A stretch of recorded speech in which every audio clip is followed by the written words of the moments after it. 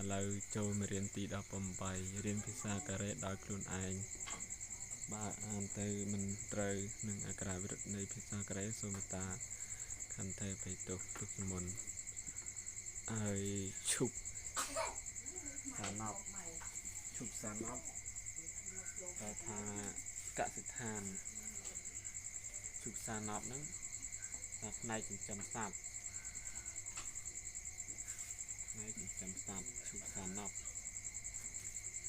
ផ្នែកចិញ្ចឹមសត្វឈប់សាណប់ប្រែថាផ្នែកចិញ្ចឹមសត្វ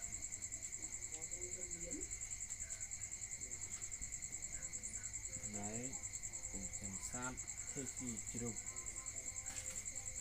ធ្វើជាជ្រូកធ្វើជាជ្រូកសូកូតាល់មន់ថាល់មន់តាមន់យ៉ាងឈាមសត្វឈាម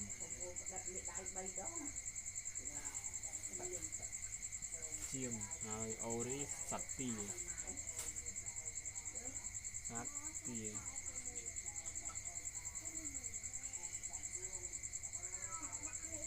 វទាហើយឈប់សាណប់ហើយដល់ផ្នែកចិញ្ចឹមសត្វ